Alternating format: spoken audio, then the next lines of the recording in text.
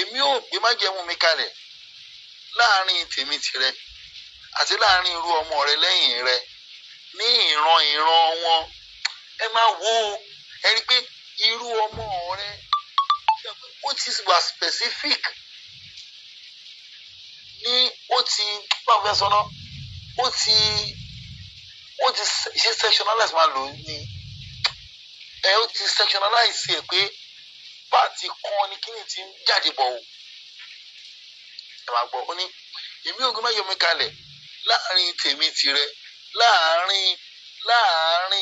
láàrin irú ọmọ rẹ lẹ́yìn rẹ ní ìran wọn. Ẹ gẹ́tì lọ́jíìkì àárín yẹn.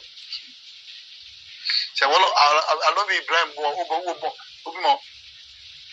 ó bímọ torí Báíbù jẹ́ kó yà pé lẹ́yìn tó bí Ismail àti Isaac ó tún bí ọmọ mẹ́fà míì tí Kètúrà bí fún ìyẹn ìyàwó kẹta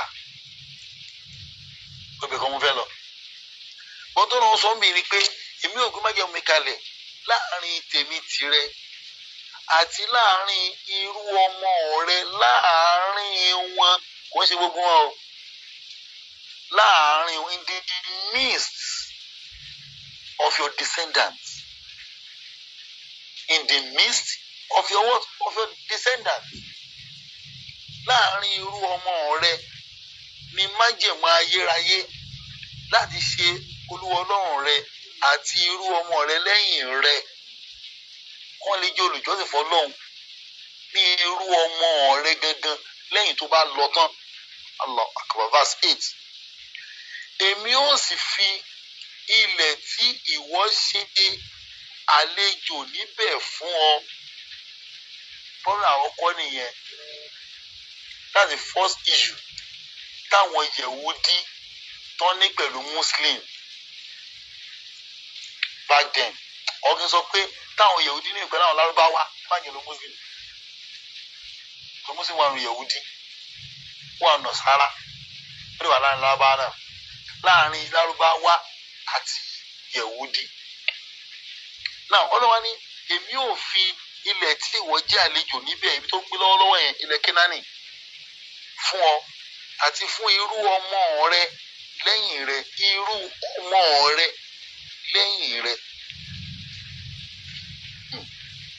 Gbogbo ilẹ̀ Kénáánì ni ìní títí láéláé. Èmi ò sì ṣe Ọlọ́run wọn. Gbogbo ilẹ̀ Kénáánì ẹ̀dẹ̀ ilẹ̀ Ọlọ́run ṣàdéhùn ilẹ̀ Kénáánì.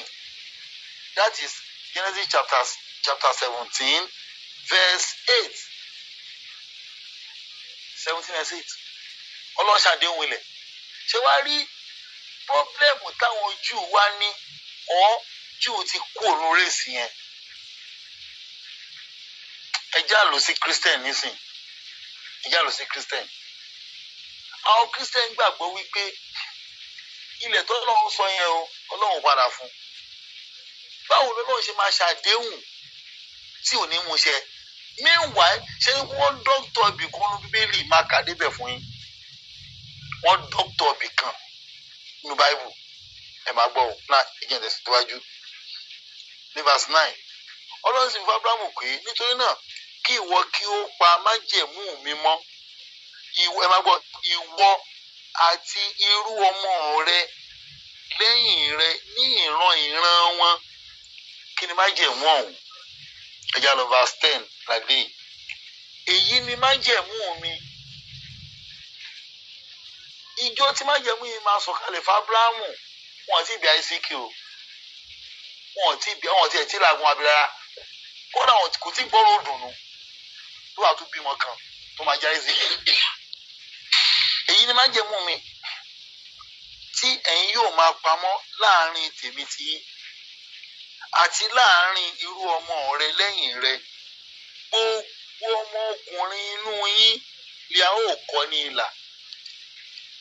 Kò ń ṣe láìkẹ́ o tó ń kọ́ lọ́yọ̀ọ́ o. Kò yẹ tán kọ́ lóṣogbo o. Kò yẹ tán kọ́ ń bàdàn o. Àtọ̀tọ̀ ọmọ ni wọ́n máa dá. Ọlọ́run sọ tó máa yí má jẹ̀mọ́ àríyá rẹ̀ kò sówó tó mọ̀ pé owó tábìlì bá bí kò wá tó ṣòwò nìkan ẹ̀ má gbọ́ lọ́wọ́ ní verse 11 ẹ̀yin yóò sì kọ ara yín ní ìlà òun ni yóò máa ṣe àmì májẹ̀mú láàrin èmi tì yín dàtí tòsí gbogbo ẹni tí ò bá ti ṣe circumcision kò sí nínú àwọn ẹni Ọlọ́run ẹ gbọ́ mi yé la ìlọ̀gbọ̀n.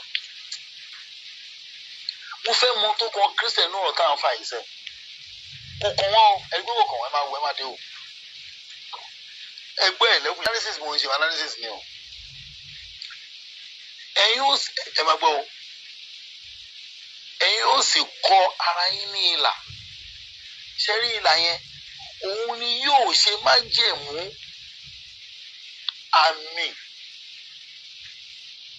àmì májẹ̀mú láàrin ti àwa àtọlọ́hun dájú ẹni tí ó bá ti kọlà tí ò dá tọ́tọ́ ọmọ ẹ̀ sí láàrin májẹ̀mú Ọlọ́run ẹ máa dé o ṣẹ́gun ṣe lágbára tó Genesis chapter 17 yẹn verse 11 wọ́n ní ẹni tí ó bá sì di ẹ máa gbọ́ ẹni tí ó bá sì di ọmọ ọkùnrin tó bá ìjọ kẹjọ nínú yín lè a ó kọ ní ìlà wọn tó bá bí tí ò bá kú kí ọjọ́ mẹ́jọ tó pé wọn la máa kọ ní ìlà gbogbo ọmọkùnrin àti ìran yín àti ẹni tí a bí nínú ilé yẹn àwọn tó bá bí nínú ilé Abrahamu wọn gbọ́dọ̀ kọ nílà tàbí tí a fowó rà lọ́wọ́ àwọn àlejò tí kìí ṣe irú ọmọ rẹ̀ òun kọ́ ló bí but wọ́n rà lẹ́rú ni a gbọ́dọ̀ kọ òun náà ní ìlà tó wá gé Abraham ló gbé ẹ omi mẹ́jọ mẹ́jọ lágbára tó ní verse 13 ẹni tí a bí ní ilé rẹ̀ àti ẹni tí a fi owó rẹ̀ rà a kò lè ṣe aláìkọ́ ní ìlà a gbọ́dọ̀ kọ́ nílà in as much tó bá ń gbé lọ́lọ́ Abrahamu a gbọ́dọ̀ kọ́ nílà Allahu Akbar ọlọ́wà ni bẹ́ẹ̀ ni májẹ̀mú mi yóò ṣe wà lé ara yín ní májẹ̀mú ayérayé everlasting covenant ẹjọ́ kí ló ń pè ní everlasting covenant kí ló ń pè ní májẹ̀mú ayérayé tí ò ní tán láéláé tí ò ní stop nígbà kọ̀ọ̀kan ẹ máa dé o kò ní kí ni kò ní stop nígbà kọ̀ọ̀kan àwa ń sọ̀rọ̀ Christian náà ń sọ̀rọ̀ Abrahamu à ń sọ̀rọ̀ Ismaila Isaki àwọn náà ń dá sí i ok ní verse 15 ó ní Ọlọ́run sì fún Abrahamu pé bí ó ti ṣe máa kò tí ì bí Isaki o kò ì bí Isaac rárá mo pure down sọ ẹ wá wọ̀rọ̀ ó ní Ọlọ́run sì fún Abrahamu pé bí ó ṣe ti Sarah aya rẹ̀ ìwọ kì yóò pe orúkọ rẹ̀ ní Sarai mọ́ bí kò ṣe Sarah ní orúkọ rẹ̀ yóò máa jẹ́ èmi ó sì bù sí fún èmi ó sì bùn ún lí ọmọkùnrin kan that is after 13 years of Ishmael ọmọkùnrin kan pẹ̀lú láti ọ̀dọ̀ wa bẹ́ẹ̀ ni èmi ó bù sí fún òun ó sì ṣe ìyá ọ̀pọ̀ orílẹ̀-èdè àwọn ọba ènìyàn ni yóò ṣe ọ̀dọ̀ rẹ̀ wá ní òtí ọ̀dọ̀ rẹ̀ wá òun náà máa bí àwọn ọba ẹ máa gbọ́ o ní verse 17 nígbà náà bí Abrahamu dojú bolẹ̀ ó sì rẹ́rìn-ín torí wò pé alága kí ló ń sọ yìí bímọ Abraham was 99 years of age then ìyàwó ẹ̀ wà ní 86 nígbà yẹn so 89 torí 10 years Abraham gbà lọ́wọ́ Sarah ọdún mẹ́wàá ló gbà lọ́wọ́ ẹ̀ wọ́n jẹ́ 89 ìgbà tó ń yẹ 99 wọ́n jẹ́ 89 ẹ̀ máa wòran ó sì rẹ́rìn ó sì wí ní ọkàn rẹ̀ pé kò sọ́jà lókun rẹ̀ mú sẹ́ni wọ́n á sọnù máìndì ẹ̀ pé a ó àṣebímọ fún ẹni tí ẹni 100 ọdún ìgbà tọ́rọ̀ yẹn gan wáyé lẹ́yìn ọdún kejì ṣe pé next year Ọlọ́run sọ tó bá dọdún tó ń bọ̀ o yẹ́n máa bímọ ó máa tó pọ́gọ́rùn-ún gbà yẹn tó sọ pé ọdún tó ń bọ̀ àti pọ́gọ́rùn-ún Abraham ti calculate ẹ̀ pé máa ti pọ́ 100 years wọ́n ní máa ti pọ́gọ́rùn-ún ọdún máa bímọ wọ́n ní Sarai ti ṣe ẹni 90 that's 90 years ní Sarah 90 years ìjọ́nà Ọlọ́run ló máa dì lọ́dún tó ń bọ̀ yẹn wọ́n ní yóò á ṣe bímọ bí afẹ́ bímọ Abraham sì wí fún Ọlọ́run pé kí ẹ máa gbọ́ kí Ismaila kí ó wà láàyè níwájú rẹ bẹ́ẹ̀ tó wọ̀ ní pé ẹ̀ máa ò lè tàn mí ní ìdẹ́ni tọ́ra mi at the age of 100 ìṣẹ̀ máa bí ọmọ kan ó tún ẹ calculate date yẹn gbàgbọ́ tó máa bí Isaac Ismail máa jẹ́ ọmọ 14 years á jẹ́ ọmọ ọdún 14 mẹ́rìnlá ó máa jẹ́ ọmọ ọdún 14 ní Ismail máa jẹ́ ńjọ́ náà lọ́hùn tó máa bí Isaac ẹ máa dé o ibi tábìlì tí wàá wọlé rè ẹ wo májèm tó lọ́n ti ń bá bọ̀ láti ẹ̀kan o ẹ wá wá bùsì Ọlọ́run sì wí pé Sára aya rẹ yóò bí ọmọkùnrin kan fún ọ ní tòótọ́ ìwọ ó sì sọ orúkọ rẹ̀ ní Áísákì èmi yóò fi ìdí májẹ̀mú mi múlẹ̀ pẹ̀lú rẹ̀ ṣẹláwòsí ṣẹgbọ́nsọ ẹgbẹ́ ní láàárín irú ọmọ rẹ ṣẹtìkẹ́sì ẹ̀ láàárín irú ọmọ rẹ ọwọ́ àdáyé ti irú ọmọ yẹn sí ọ̀dọ̀ Isaac tó ẹ̀ṣẹ̀ máa bí ní next year wọ́n lọ sọ bẹ́ẹ̀ ẹ máa dé o now yóò sì bí ọmọkùnrin kan blabla èmi yóò fi dé mi múlẹ̀ lọ́dọ̀ rẹ̀ ní májèmú ayérayé àti pẹ̀lú irú ọmọ rẹ̀ lẹ́yìn rẹ̀ dájú sí a máa bẹ́ẹ̀gì májèmú yẹn sí orí Isaac àti àrọmọdọ́mọ Isaac Ismaila 0 ẹ máa dé o ní verse 20 èmi sì ti gbọ́ àdúrà rẹ fún Ismaila kíyèsí ó yẹ pé Abraham náà bẹ̀ lọ́hùn fún Ismaila àgbà sọ pé kó máa já síwájú níwájú rẹ wá ní èmi sì gbọ́ àdúrà rẹ fún Ismaili kíyèsí èmi yóò bù sí fún èmi yóò sì mú bí sí èmi yóò sọ ọ́ di púpọ̀ gidigidi ìjòyè 12 ni òun yóò bí la ilaha illallah so Isaac máa bí ẹ Sarah máa bí Isaac máa bí àwọn ọba Ismail máa bí àwọn ìjòyè àbí tí mo bá nìyẹn irọ́ náà ń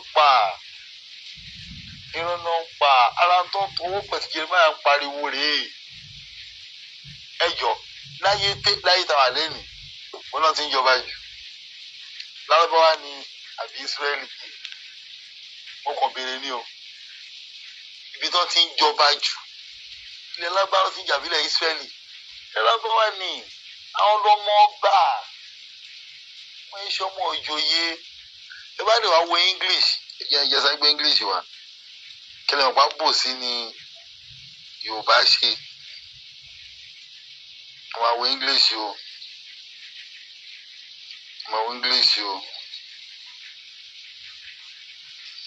verse 20 ẹtì náà ni wọ́n ti gbìn sọ ó ní as for Ishmael I have heard thee, behold I have blessed him and will make him fruitful and will multiply him exceedingly. 12 princes shall he beget, and I will make him a great nation. Ọmọ ọba méjìlá, ẹgbẹ́ ọgbẹ́ princes, àwọn prince, àwọn ọmọ ọba méjìlá lòun náà máa ní. Dàísọ̀ sì bàbá tó bí wọn ọba, wọn á jẹ́ ọmọ ọba láìláìlàlá. Gbàtàjà kẹrẹ máa tú òpin ọmọ bàbá wo. Ẹ̀wọ̀ trade tí wọ́n ti ń sàwọn lábá láti bíbélì láti yóò tó ti gbẹ́. Ẹ̀wọ̀ trade yẹn wọ́n ti ní sí wọn láti yóò tó ti gbẹ́. Gbàjàyí rí princess inú English ó lè tún sí joyè kí wọ́n mú joyè chief. Àwọn ọmọ bàbá náà pè ní prince ṣọ́n pè ní prince. Ṣèrí chief náà pè bàbá chief ọ̀túnba òsì ọba kíníkan ọba. Àwọn olóyè ọba náà pè ní joyè. Ọmọ ọba làwọn ọmọ Ismaila ẹ̀yẹ parọ́. Verse 21 wọ́n ní ṣùgbọ́n ẹ máa gbọ́ o ẹ máa gbọ́ wọn o wọ́n ní ṣùgbọ́n o májẹ̀mú mi ni ó bá Ísáàkì dá èyí tí ẹni tí Sárà yóò bí fún ọ ní àkókò ìwòyí àmọ́dún. This time next year àwọn máa bí Isaac. That is also say Ismail àti máa di ọmọ ọdún mélòó nìyẹn wọn 14 years. Ẹ máa ṣe ẹbí tó ń kóòdì kí nìyẹn sí. Májẹ̀mú tí mo sọ yìí o Isaac ẹgbẹ́ mo translate ibì kan lẹ́ẹ̀kan ṣẹ̀pẹ́tẹ̀ bá gbàgbé ní verse 19. Pé májẹ̀mú mi ó máa wà pẹ̀lú Isaac pẹ̀lú ayérayé. Ẹ bá verse 21 wá confirm ẹ̀ pé ṣùgbọ́n májẹ̀mú mi ni èmi bá Isaac dá ẹni tí wọ́n ibi o. Ṣé pé ẹ wo bó ṣe prophesize Isaac níbẹ̀ yẹn iṣẹ́ àwọn Zionist lélẹ̀ àwọn kí sẹ́kọ̀ forí kò ní. Àwọn ẹwo tó ṣe ń bẹ̀ yẹn ìgbà tó máa prophesize Ismaila agẹ́rẹ́ ní gàgídígàgọ́ ni yóò jẹ́. Ìgbà tó máa prophesize Isaac wọ́n ní kó má wọrí májèmú tí mo dá ẹ Isaac ló máa bà lórí ẹ̀. Ẹ wà pòsí in the highest order. Wọ́n ti plan aburú yẹn lẹ̀ tipẹ́tipẹ́. Kí mọ́mọ́ tó dé wọ́n ti plan aburú yẹn lẹ̀. Wọ́n ti dàdàkúdà kó sínú ìwé Tóra. Wọ́n ti da ọ̀rọ̀ Mósè rú. Tó ti ṣe fẹ́ nu wọn. Ẹlẹ́yìn Quran náà confirm ẹ̀ nínú Quran chapter 5. Quran ní confirm ẹ̀. Confirm ẹ̀ dáadáa confirm ẹ̀. Verse 12. Surah Maida. Verse 12. Gbọ̀ntàn náà kẹ́lẹ́ mọ̀ pé bọ́ọ̀lù ṣe wípé ọlọ́gbọ́n ni àwa gbẹgbẹgbẹ àtọ́ dágbó ẹ̀rù ẹ̀gbọ́n tí kò náà sọ. Ó lọ dájúdájú. Allah gba àdéhùn lọ́wọ́ àwọn ọmọ Ísírẹ́lì. A sì gbé ìjòyè 12. Chiefs làwọn. Wọ́n ṣe prince. Chiefs ni wọ́n ṣe prince. Ọlọ́ni agbẹ́jọ́ 12 dìde láàrin wọn. Chiefs làwọn chiefs. Wọ́n wá transfer ìjòyè yẹn tó wà lọ́dọ̀ tí wọ́n sórí tàwa. Àwọn bá tí àwọn alábọ́wá jẹ́ wọ́n gbé sọ́dọ̀ tàwọn. Lọ́ọ̀kọ̀. Ó wá ní dìde nínú wọn. Ọlọ́run sọ fún wọn pé dájúdájú èmi yóò máa wà pẹ̀lú yín bí ẹ̀yin bá ń kírun tí ẹ yan zàká tí ẹ sì gba àwọn òjíṣẹ́ mi gbọ́ tí ẹ sì ràn wọ́n lọ́wọ́ tí ẹ sì yá Ọlọ́run ní dúkìá tó dára. Dájúdájú mo máa pa àwọn àṣìṣe dájúdájú mo máa mú yín wọnú ọgbà ìdẹ̀ra verse 13 ẹ máa gbọ́ nítorí yíyẹ̀ tí wọ́n fúnra wọn yẹ àdéhùn aṣẹ́bilé wọn. Wọ́n yẹ àdéhùn Ọlọ́run pé ẹ má wàá máa kírun àgbà máa yan zaka. Wọ́n ti ń kírun kí mọ́mọ́ tó dé, wọ́n kọ́ ló mú wọn wá kó lọ gba àrùn kankan, wọ́n ń tàn wá nù. Wọ́n ti ń kí mọ́mọ́ tó dé. Now Ọlọ́run ní aṣẹ́bilé wọn tó wọ́n yẹ àdéhùn. Lẹ́yìn tó lọ́ọ́ ṣẹ́bilé wọn tán ọwọ́ náà a sì mú ọkàn wọn lé kókó, ọkàn wọn le gan. Ohun tó wá ṣe pé wọ́n ń gbé àwọn ọ̀rọ̀ kúrò ní ààyè wọn, wọ́n ń tún kọ́, wọ́n ń chẹ́ǹjì ọ̀rọ̀. Májẹ̀mú Ismaila wọ́n gbé fún Áísákì, Áísákì gbé fún Ismaila. Ìkànnú ènìyàn o. Ṣèṣì pé Kùránì kan fàgbọ́ wọn ṣerú ẹ̀, wọ́n dà kọ́rú gan. Ní verse 22 ó sì fi sílẹ̀ lé ọ̀rọ̀ ìbásọ. Ọlọ́run sì lọ sókè kúrò lọ́dọ̀ Abrahamu. Ọlọ́run sọ kalẹ̀ wá wọ́n ẹ̀dẹ́gbẹ̀lá Abrahamu lọ́lọ́run kọ́ nìyẹn báyìí. Ní verse 23 Abrahamu sì mú Ismaili ọmọ rẹ̀ ọkùnrin àti gbogbo àwọn ọmọ ọ̀dọ̀ ọkùnrin tí a bí ní ilé rẹ̀ àti gbogbo àwọn tí a fi owó rà, tó fowó rẹ̀ rà. Gbogbo ẹni tí í ṣe ọkùnrin nínú àwọn ènìyàn ilé Abrahamu a sì kọ wọ́n ní ìlà ara lé ọjọ́ náà gangan bí Ọlọ́run ṣe sọ fún un. Igi ọ̀gán ló ṣiṣẹ́ yẹn. Ní verse 24 Abrahamu sì jẹ́ ẹni 99 ọdún nígbà tí a kọ́ ní ìlà ara rẹ̀.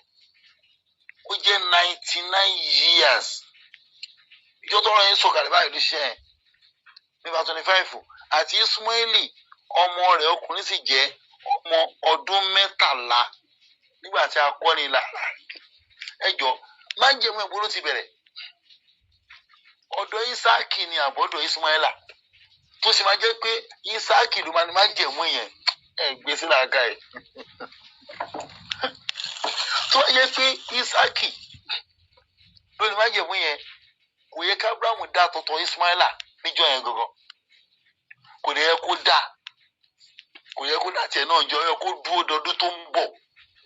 Torí pé májẹ̀mú yẹn, májẹ̀mú kọlà yẹn láàrin Ọlọ́run àti Abrahamu àti irú ọmọ ẹ̀ ni. So irú ọmọ tó gbọ́dọ̀ kọ́ kọlà Áísákì lọ́wọ́ ẹ̀kọ́ ẹ̀kọ́ jẹ́ Ismaila. Ẹja gbèsè láàká yìí náà. Tó bá yẹ pé tí Báíbù kọ fún àtàkà pé má wọrí o, májẹ̀mú tí mo dá o, Áísákì ni o. Kò yẹ kó yẹ pé Ismaila wà kọ́kọ́ nílà. Tó májẹ̀mú ẹ bẹ̀rẹ̀ látòrí Ismaila ni àti Abrahamu. Kò bẹ̀ láti rí Áísákì àti Abrahamu. Ẹ máa gbọ́ bọ̀. Ìmọ̀ yẹn pọ̀ púpọ̀ kò kéré alákùnlé fani lọ́ba ni ó jẹ́. Ó tó wà ní ìyànràn wípé àṣẹ ìhùwà àdàmú ló kọ́ wa ní kéwù. Ẹyẹ yan wá kàrámù náà bà ní Ádámọ̀. Alágége máa kú iṣẹ́ tẹ̀sán mi máa dọ̀la. Lọ́dọ̀ fẹ́ sọ mi mọ̀ di ilẹ̀ pátákọ́rọ́.